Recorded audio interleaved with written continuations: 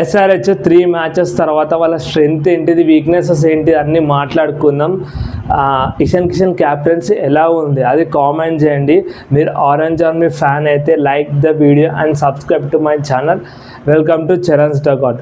First strength గురించి మాట్లాడుకుందాం.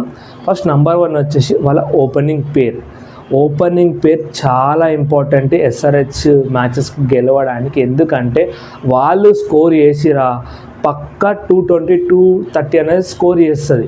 వాళ్ళు స్కోర్ చేయలే అంటే మిగతా బ్యాట్స్మెన్స్ అందరూ స్ట్రగుల్ అవుతారు. మనం లాస్ట్ మ్యాచ్లో చూసినాం. నెక్స్ట్ నెంబర్ 2 వచ్చేసి మెయిన్ పిల్లర్ హెన్రిక్ క్లాసన్. తను లాస్ట్ మ్యాచ్లో ఫామ్లోకి వచ్చిండు, అది చాలా గుడ్ థింగ్ అంటున్నా. ముందు మ్యాచెస్లో తను చాలా ఇంపార్టెంట్ రోల్ అనేది ప్లే చేస్తాడు. ఎందుకంటే మిడిల్ ఓవర్స్లో అగ్రెసివ్ ఆడతాడు, అంటే స్పిన్నర్స్ని డామినేట్ చేస్తాడు. ఒకవేళ సెట్ అండ్ ఆ ఫేజర్స్ని కూడా ఈక్వల్గా డామినేట్ చేస్తాడు తను. నెక్స్ట్ నెంబర్ 3 బౌలింగ్ భయ్యా.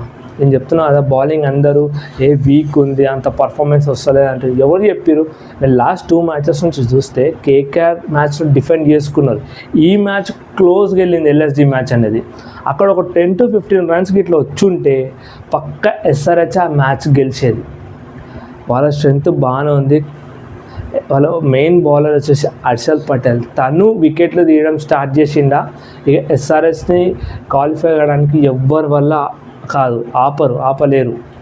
Next go to the weaknesses గురించి చెప్పాలంటే ఇషాన్ కిషన్ తన క్యాప్టెన్సీ అంతా అప్ టు ద మార్క్ లేదు. ఎందుకంటే ఫీల్డ్ ప్లేస్మెంట్స్ కానీ బౌలర్స్ని ఎవరిని తీసుకురావాలి అనేది ఇంకా తనకు క్లారిటీ అనేది వస్తలేదు. తను యంగ్ క్యాప్టెన్ కాబట్టి డెఫినెట్గా అవన్నీ నేర్చుకుంటాడని నేను అనుకుంటున్నా. నెంబర్ 2 వచ్చేసి మెయిన్ స్పిన్నర్ ఎవరు ఎస్ఆర్హెచ్కి చాలా మందిని ట్రై చేసింది. వాళ్ళు కొన్ని మ్యాచెస్లో సక్సెస్ అయ్యారు, కానీ ఎవ్రీ మ్యాచ్లో ఆ వికెట్ టేకర్ ఎవరు స్పిన్నర్లో అనేది బిగ్ క్వశ్చన్ మార్క్. ఒక ప్లేయర్ మీద ట్రస్ట్ పెట్టి తనని అన్ని మ్యాచెస్ ఆడిపియాలి. ఎందుకంటే ఫ్యూచర్ కోసం చూసుకోవాలి.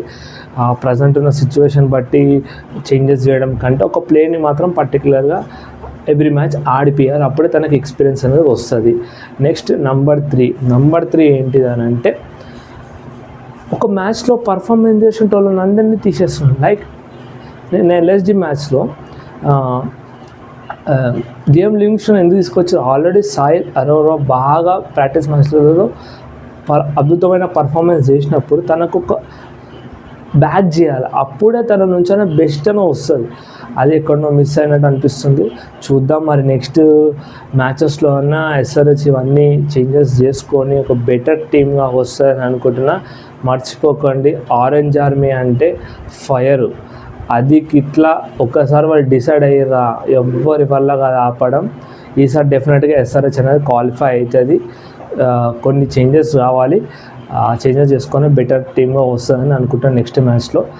మర్చిపోకుండా subscribe to my channel and like the video. Comment చేయండి, మీరు మీ ఫేవరెట్ ఎస్ఆర్హెచ్ ప్లేయర్ ఎవరో కామెంట్ చేయండి. బాయ్ మోటు బాయ్.